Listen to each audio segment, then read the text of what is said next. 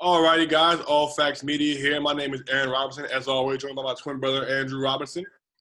And today we have a special guest. We have former Rider Bronc, 13-year pro, Jason Thompson. So thank you for joining us today, Jason. For sure, man. I appreciate you for having me. No problem, man. Well, obviously, Andrew and I played in the MAC. We played at Quinnipiac for 4 years, so had a long-standing rivalry with your alma mater, Rider Broncs.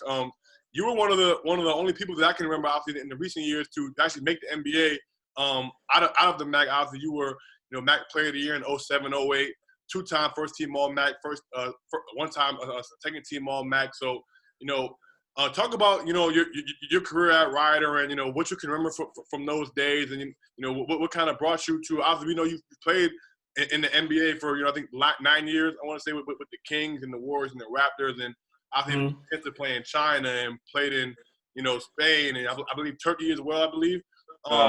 So just tell us a little bit about your basketball journey and what's brought you to where you are today. The crazy thing is even before even going to the Rider time is I got recruited. Quinnipiac was actually one of the teams that recruited me, but they weren't in the MAC at the time. And the crazy thing is like I had gone to some other schools to visit, like Siena and Niagara, and those were in the MAC, obviously. But I went to Central Connecticut first. So I knew some family. We didn't get a hotel. We didn't have enough money. So we knew some people out there. We're like, yo, can we spend the weekend? So we were like, we're going to go kill two birds with one stone, go visit Central Connecticut, and then go to Quinnipiac. The crazy thing is like after the visit at Central Connecticut, Quinnipiac was like, yo, we already signed a four-man. And the crazy thing is I don't even know who the big is at the time. And there's no hate at all, but it's just crazy. But it's just crazy how everything just comes in full circle, and you never know how stories are going to start or finish. But like you said, I mean, growing up from South Jersey, Rider was, on the list. Like if New Jerseyans know about Eastern Invitational, and it used to be at TC&J. That was one of the top, high schoolers, in the area that would go. So guys would hoop at their high schools and do well on their teams, but if you go there, you'd be like, all right, I can get to the next level and stuff like that. So for the most part, I would pass by Rider all the time, and I never thought that would be a destination that I would go to. But just being close to home was definitely a big thing, and just seeing the success that they had, slightly over the years and things like that, and the potential that they could have. But like I said, I mean, I had that approach going into my freshman year, even though, my high school team, Lenape, we went undefeated, won a state championship. So like I said, I'm just used to winning. So, and playing. So like you say, sometimes you gotta, especially if you're not like a top 10 player in the country, you gotta kind of take that ego to the side, and you'll be like, all right, I might not be the guy right when you walk in. So like I said, I took that approach where I'm like, I'm going to do the little things. I'm going to be the energy guy. When my time is called, I'm going to be ready. And then, like I said, I'll never forget, we had a tournament out in Green Bay. We playing against North Dakota State. And like I said, I was an energy guy coming off the bench. And, we lost the game we shouldn't have lost. And in the locker room as a freshman, everyone's talking, the older guys. And then for me, they're like, yo, Rook, freshman, what you got to say? And I was just like, yo, man, we coming off the bench, we're giving you guys energy. But, when we'll help get back the lead, but you guys need to keep that balance. You know what I mean? As the starters, regardless of how our energy is. And I just remember one of the coaches coming to me after the meeting and was like, yo, I hope you got walk with that talk because you're starting next game. And, like I said, we had 8 seniors on that team. So when you're young, you really don't know, there's going to be some maybe animosity or stuff like that of a young guy maybe speaking up. Not, being disrespectful or anything, but like you said, sometimes it's good to speak on certain things for things to happen.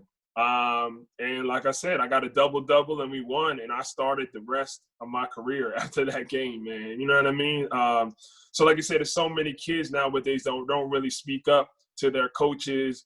They keep all the stuff or anger or whatever to themselves, but they really need to, talk to their coaches, talk to their assistants, and be like, hey, what can I do to help the team and actually help myself as well? Sounds like you had a MPJ moment. You spoke up, and then great things started happening after that. For sure.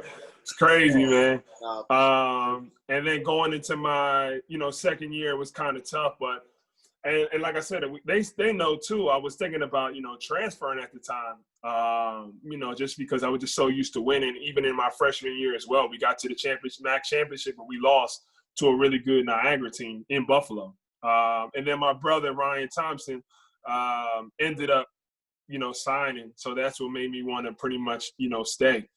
And like I said, like he was the everything guy, long arms, 6'6", can play the point, can guard all positions. So it made my job easier as well, just with the chemistry that we had. At that time in my junior year, I knew I needed to put on muscle, still develop my game and stuff like that too. Then that's when I started kind of hearing, hey, you're definitely a pro, but if you want to, make it to the league, you got to put on, some pounds or some muscle. I was like, say no more. yeah. So, like I said, so then eventually just started developing my game, being able to shoot from outside, put the ball on the floor, rebound the ball at a high level, post up, and the rest of it's history for the last 2 years. Right. Now, can I talk about you mentioned how people said, if you want to be a pro, you got to put on muscle. Now, can I talk about the moment when you first realized, like, wow, like I'm legitimately on the NBA radar, like I'm an NBA prospect? Because obviously coming from a mid-major, it's very few and far between that people get to, become a bona fide NBA prospect, at that level, and especially the first round pick. So can I talk about the first moment when you kind of realized, like, I'm on the radar, like I could potentially really go to the league? Well, one of the things that the MAC did, which I think it was their first time and last time doing this, they had like a MAC All-Star team, which went to China for like 2 weeks. And that was going into my sophomore year. So you had guys like Jared Jordan was on that team, me, Steve Bird Jr., and the list goes on of greats in the MAC, for years later. And like I said, I was one of the youngest guys there. Everyone had another teammate on their team, and it was just only me. So for me, it was kind of like, all right, like this is a thing where I could kind of develop and stuff like that. I ended up, it actually was a coach, Jimmy Patsos. I'm not sure if he's in the MAC anymore, but he was at Siena. And then at the time when I was in the MAC, he was at Loyola. Yeah. Great guy, great coach. I ended up even being the youngest guy. We won every game, and I led the team in scoring. And he was just like, yo, man, like, I've been around a lot of guys, because he was a coach at Maryland, and those great teams and stuff like that. He was just like, yo, man, if you keep this up with that work ethic, it was good. And then eventually into my junior year, I was getting invited to go to like the LeBron James Skill Academy, the Nike camps and stuff.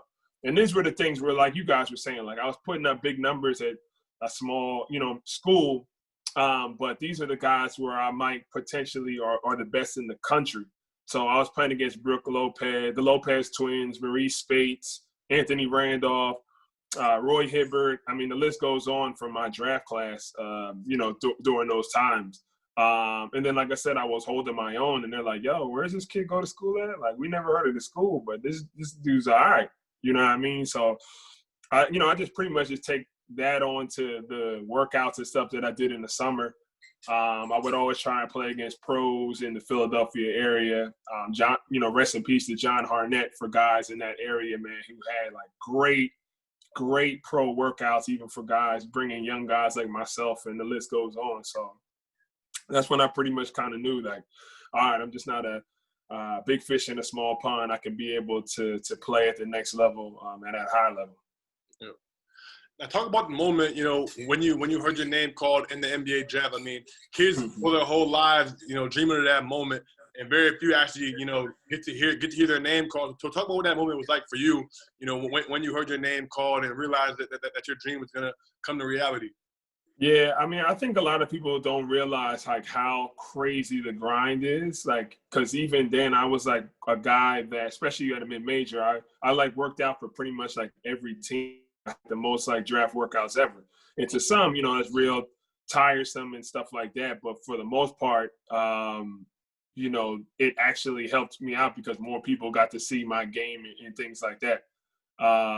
So, for me, I didn't get to go to the draft. So I had like NBA TV, I had Comcast and stuff in my immediate family at my house. So it's still pressure because if it didn't go well, they're still on me and stuff.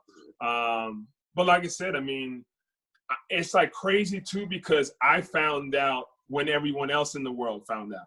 Like, rest in peace to David Stern, but I still remember this day, like with the 12th pick, the Sacramento Kings select Jason Thompson. Like, that's when I found out. Like, my agent was kind of kind of showing some excitement before the pick, but I mean, the phone was going off the whole day. And like I said, man, it was just, crazy emotions. You pretty much just realize, like, when's the first time you ever picked up a basketball? The times where you would go hoop after school in high school and stuff like that. I went outside and like my whole neighborhood was outside cheering. People I never even met before was just like, you know what I mean? Like, it's just a good feeling of a dream actually coming true, and something that when you were a kid, you're like, yo, this is what I want to do when I get older, and it happened. You know what I mean? So it's crazy. Now, just obviously there's been a couple more players after you that's been able to make that jump from mid-majors to the NBA, obviously the Steph Currys and John Morant, CJ McCollums. Kind of for people who don't understand, like, kind of talk about just the chip on your shoulder that you have, kind of coming from a smaller school and then entering the NBA where most guys are coming from, the Dukes, Kansas, Syracuse, Kentucky, things like that. I was kind of talk about, just like the difference that there is, and kind of just the chip on your shoulder that you had kind of coming into the league and then having to prove yourself. Yeah, because I think just a different generation of basketball because, if you weren't highly recruited, for the most part, you were going to small schools or even D2s or stuff like that. And the high recruits were going to the Dukes, the Carolinas, and things. Plus, they weren't just doing 1 year and leaving. Like, 4-year All-Americans were staying at that school. So them slots, the guys that could have been a Ja or a Steph to go to them schools weren't there because guys that should have left stayed. Right. You know what I mean? Like, that was the thing, to graduate senior year and then be a top 5, top 10 pick. So nowadays, when you see like the one and dones, like the mid-majors, it's not much of a surprise now because of the balance. Because like you said, sometimes you'd be like, oh, this guy's not ready. He's at a high major. No offense to them, but it's just guys that maybe should stay aren't there. And then the mid-major guy is thinking that, oh, I need to go play at a higher level. So you're absolutely right. When guys like us had chips on our shoulders because, we might not have had as much, even me, I didn't have as much national attention that Steph and Ja did as years went on. But like I said, when it was that time, you got to shine. Like you only have a small window to be able to show, the national audience. And then eventually you have to be able to show that to NBA scouts, when the workouts and stuff start. Mm-hmm. And talking about, having to prove yourself coming in the league, you had a great rookie year. I think your first year you averaged, I want to say, like 12-9, 12-10, and then second year I think it was like 13-10 or something of that sort. So, talk about, those first 2 years in the league coming in from a rider, playing in the NBA and being able to have, that kind of success right off the bat.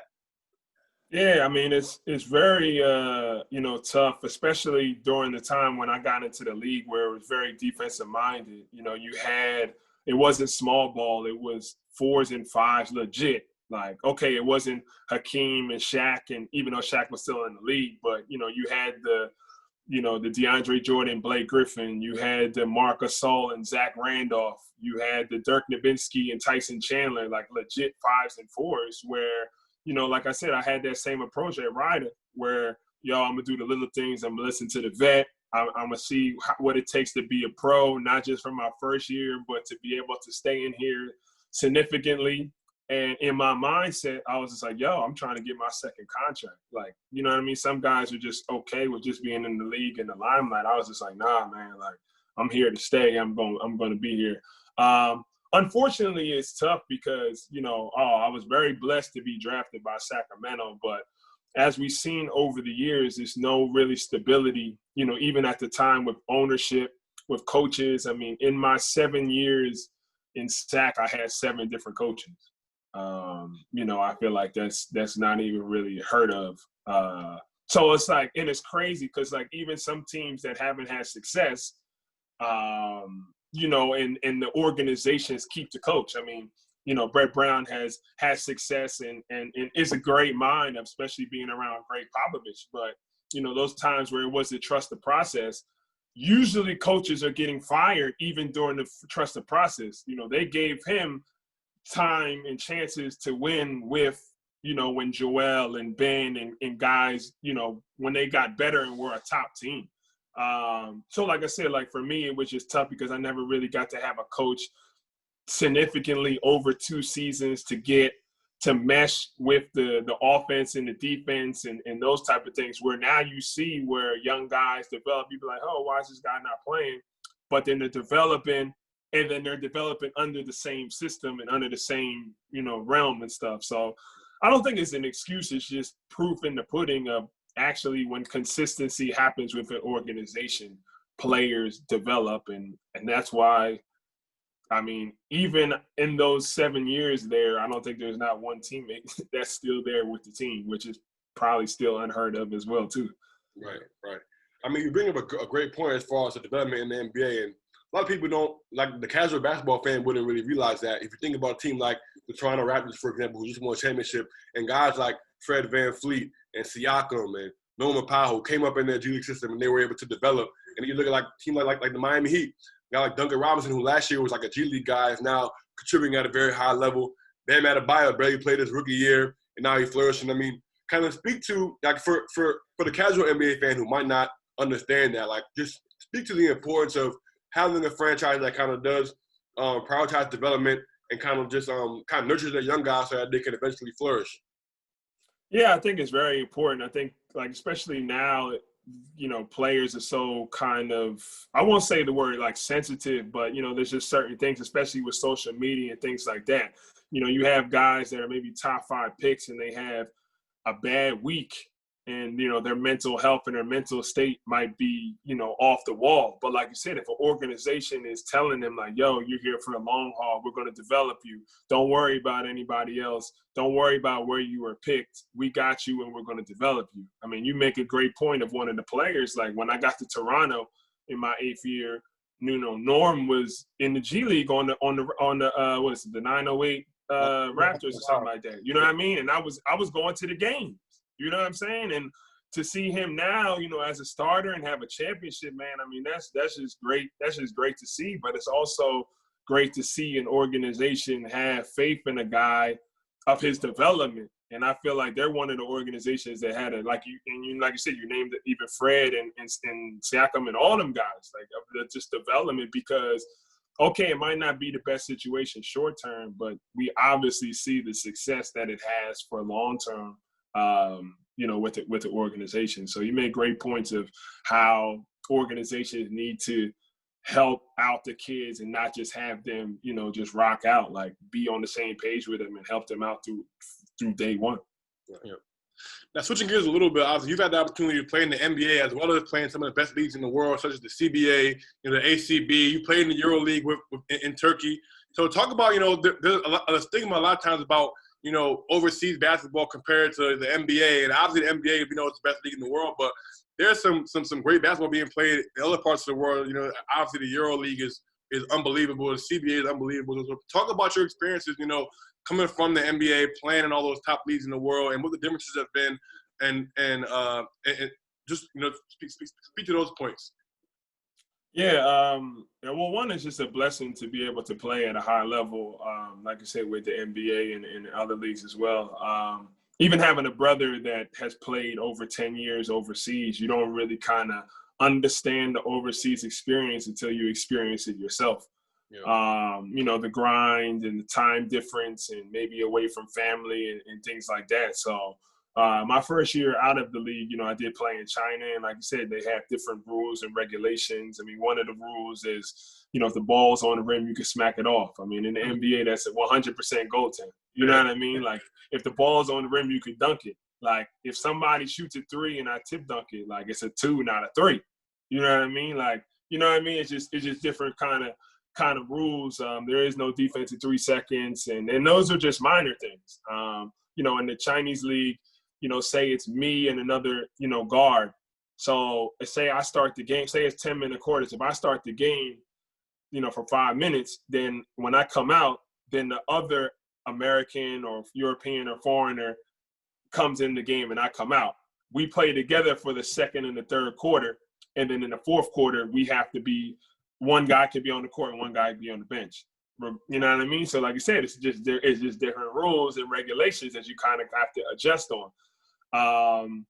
I think also too in Europe, like when I was with Fenerbahce, being, one of the powerhouses of Europe, and things like that, I feel like it's more like boxes and elbows. It's more half-court offense that kind of run and gun, in a way. It's more kind of X's and O's and things like that, which, like you said, is just a different adjustment at times and things like that. Also, one big thing that I didn't really realize until I got there was, okay, so for instance, Fener is in Turkey, and you play in EuroLeague. So say you have 2 EuroLeague games like Monday and Wednesday, and then you have a Turkish league game on Sunday, which is a different basketball. Right. You know what I'm saying? So it's like, all right, shoot, but it's just a different thing of rules. It's a different thing of a basketball, and things like that. So that's another kind of an adjustment where, you're playing 2 games in EuroLeague and then you're going to the Turkish league and this and the third. Unfortunately, one of the situations in the Final Four championship, we lost, and any championship, win or lose, the season is over in pretty much in every country at every level. Yeah. But when we lost, then we had to get ready for the Turkish playoffs a week later. You know what I'm saying? Like, you got to kind of just brush that off. When we lost to Real Madrid, when Luka was on the team and stuff like that, you got to brush that off and then go straight into the playoffs. So like I said, these are certain things that you don't really understand when you're on the other side, that you kind of have to battle with and go through. And then also too, like sometimes you have only 1 game a week rather than like the NBA. It usually starts in October and automatically, it will finish like mid-April. Obviously not here with the COVID and the bubble and stuff like that. But in Europe, you could be there and start in August and then not finish. And then the 1 year when I was with Fener and we won the Turkish championship, I didn't come back home until like late June. Jeez. You know what I'm saying? So it's like, it depends, So that's why, like, when Bron makes the finals all the time and then they want him to play in USA or he needs rest for his body and stuff like that, and he made the finals, 9 years in a row. I mean, you know what I'm saying? Like, that's a certain grind that you kind of need as much rest as possible. So I feel like those are the things that you kind of have to adjust, when it's NBA or EuroLeague or the league that's in the country. Right.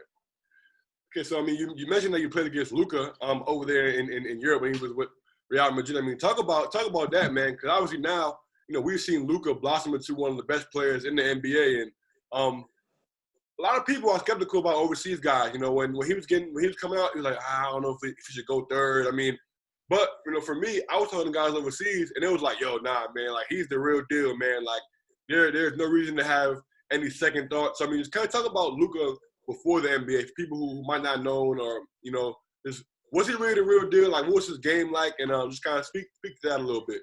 Well, yeah, in EuroLeague, we played against him twice. I really got to see him even before when they had Euro Championship. It was in Istanbul. So that's when they won, and he had on Slovenia, he has Dragic on his team too, and some other guys, and they ended up winning it, I think, against Serbia and stuff. So I kind of got to see him then, and then play against him as well. And you, like you said, you don't realize how young he was. So being that young and then being able to do the things that he did, seeing the floor and making certain plays and stuff like that, you're like, all right, this is a guy that's been a pro and been listening and is kind of ahead of his age a little bit too. So like you said, and then with the NBA of having way more space and things like that for guys to operate, it's like, night and day of the difference between Europe and the league when it comes to that, and not, defense 3 seconds and not having guys just chill in the paint when guys need to come, make a move, and things like that. So that's how you could see kind of the difference in one's game. And like you said, he transitioned, fairly quickly just of these different experiences that he had. Now, you mentioned a little bit earlier the coronavirus. Obviously, right now we're in an unbelievable time, and you're one of the people that's actually over in Europe. So obviously we know over here the NBA has a bubble. I don't know, have you guys had any preseason games? What's the protocol looking like over there or in the ACB? I know each country is handling it a little bit differently in terms of how the leagues are handling the virus. How is your league handling it? What are the protocols like over there in terms of the coronavirus pandemic right now? Yeah, we've been getting tested about 2 to 3 times a week, just depending on the game. So really, you get tested like the day or two before a game or something like that. And for the most part, everything's been, professional and safe and things like that. And and a lot of the tests have been negative and things like that. So they've been taking a lot of precaution and things like that.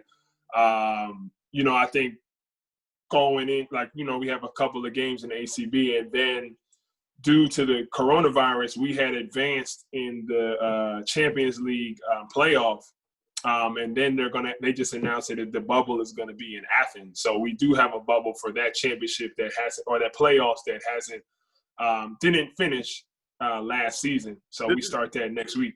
This for last year's Champions League? Yes, for Champions League. Yeah, it's going to be in Athens. So it's the final 8. Okay. Yeah, so that starts next week, and that will be in a bubble, and that will be in Athens, Greece. And then you have to finish. Then you go into the Champions League of next season with new teams and stuff. So it's wild, man. But like I said, I feel like it's good to be able to play for a championship so early, which not a lot of teams get to do. That actually counts. Right. So it just puts your radar on something like that.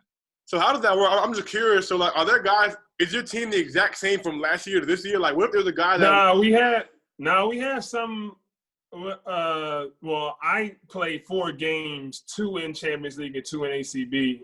So I came back. Dylan Ennis is back. DJ Sealy is back from the foreigners that I know. And then we added Rasheed Solomon, who played for Duke.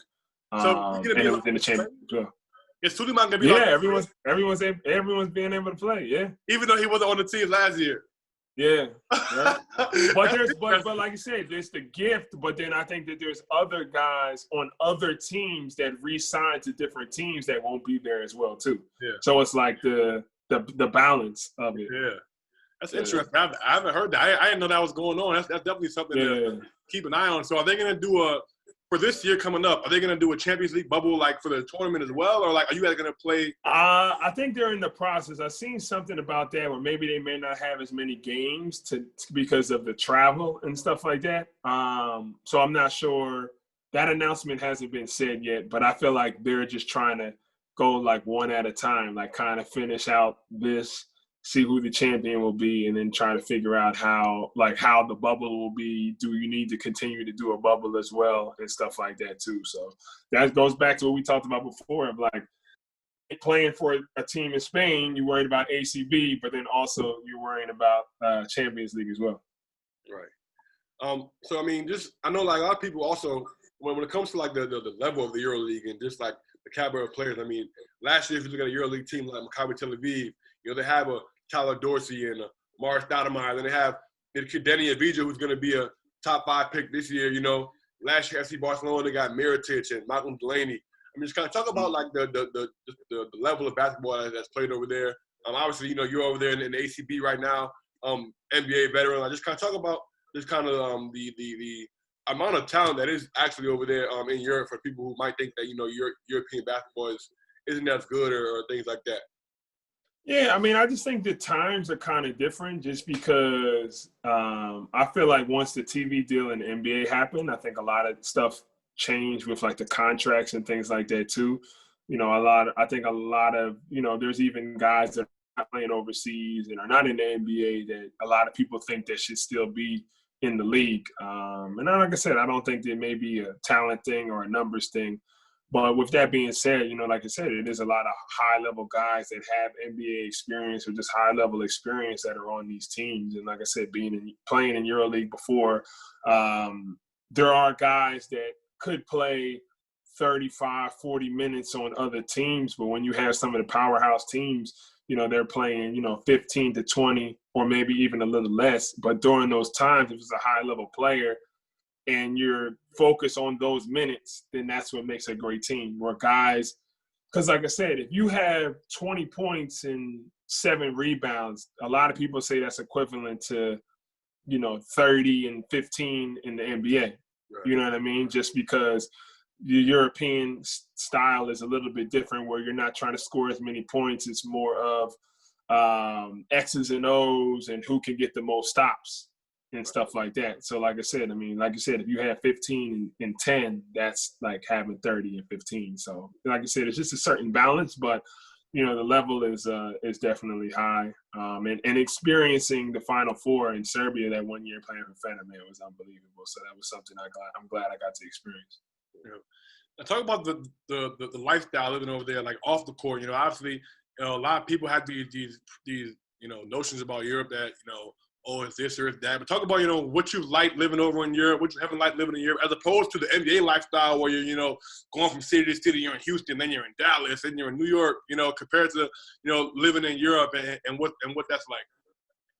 Well, yeah, I think it's, obviously a little bit different, being in the States and being familiar with cities that for me, I'm just used to traveling and I love to travel. I think it's a little bit different. Obviously, because in Europe, if it's in EuroLeague or in your country, you really don't get to enjoy the city, or the cities as much because of I won't say strict order, but just order of the way of like, hey, you're here to get your job done, which is fine. But I think there's a little bit more leniency maybe in other leagues and maybe in the States and stuff like that. I'm sure people could correct me if I'm wrong.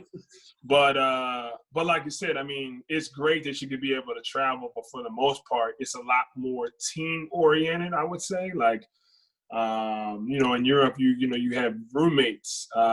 Most of the time you have like team dinners and lunches and breakfasts, which are mandatory rather than in the league, it's different. Like, you're going to have times with your team, but for the most part, signing up in the NBA, you're a pro, so they expect you to be a pro. So when you're here, you need to be there, and then when you're not, you could do whatever you want, but just be a pro.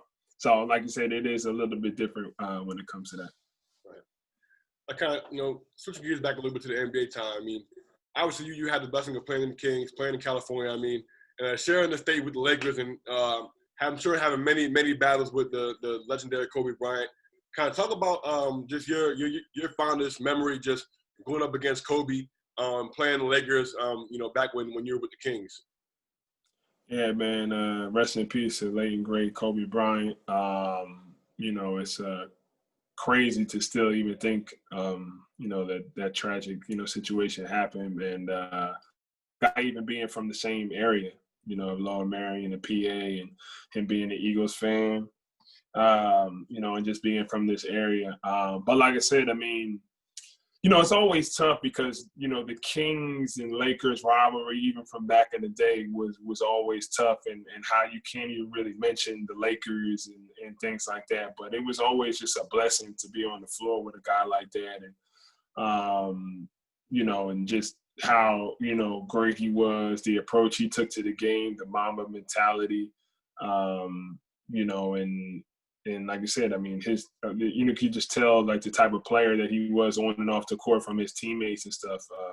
A lot of great players may not be that easy to play with, but eventually when you get to, when he gives that comfort level from him, then all of his teammates love, being around him. And, it just all worked out for him when it came to winning and stuff, him getting 5 championships, and who knows what would happen if him and Shaq stayed together, with that dynasty, man, and how dominant they were. And when Shaq went out, Kobe went off, and we all remember like young Kobe with the fro and stuff and the dunk contest and stuff like that too, man. So just crazy memories. I have a few. I know a couple of times he hit buzzer beaters against us, and I know a couple of times we got some wins against them too. But it was just great to be on the same floor with him, and it's great to have pictures, with him as well too. So yeah, man, it's crazy and it's a blessing at the same time.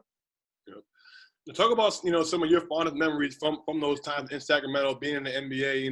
If you had to pick your top 1 or 2 moments from that time, what would they be?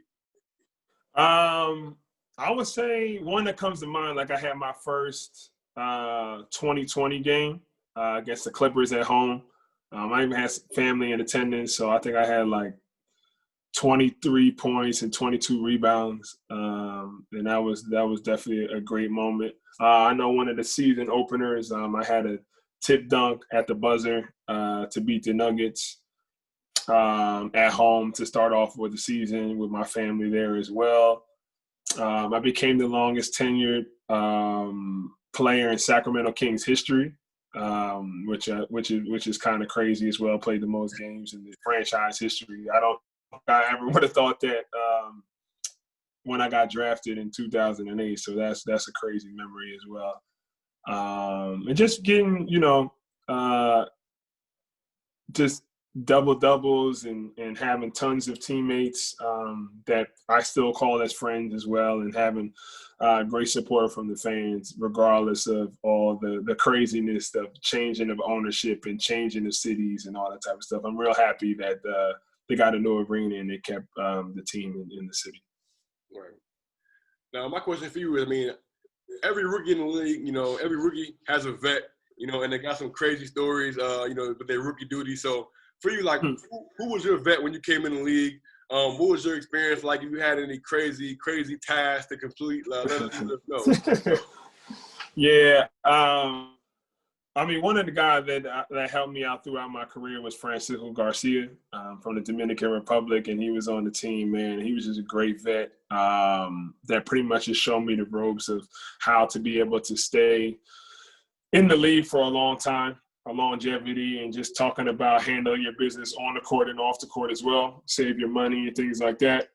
I would say the year before Bobby Jackson, who's one of the coaches now, retired, I had a huge thing that was on YouTube where I had like 1 million views in like a couple of hours, where I got my car popcorn for doing a rookie duty. It was crazy. Like, I had a situation where I had to get like bagels, and donuts and all these things, and fruit and stuff. But also I needed to get a lift in. So I would have got fined if I didn't get the lift in on time, and I couldn't go to the supermarket. So I had one of the people that worked in the organization. I was like, can you just slide? I'll give you the money. Can you just do this one favor for me? And I got you. So what she did was she bought it and brought it into the weight room and was like, here you go. So I pretty much like let everybody know that I didn't do it.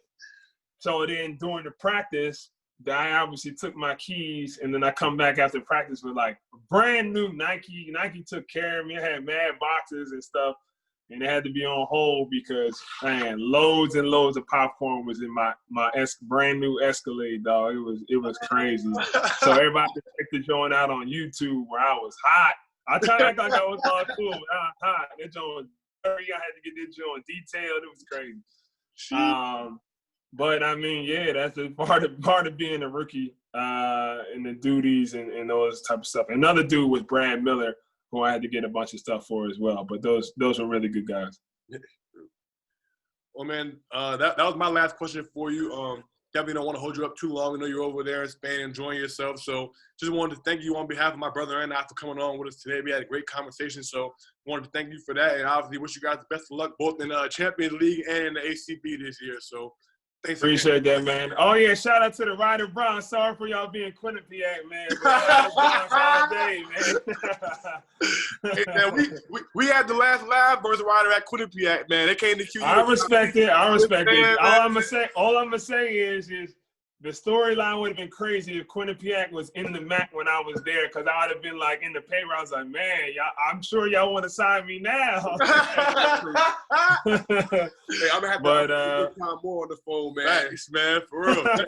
Need to be answered immediately. All good, man. Appreciate you guys for having me, and keep up the good work with the interviews and stuff like that, man. No problem, man. Thanks a lot, man. Best of luck. For sure. All right, man.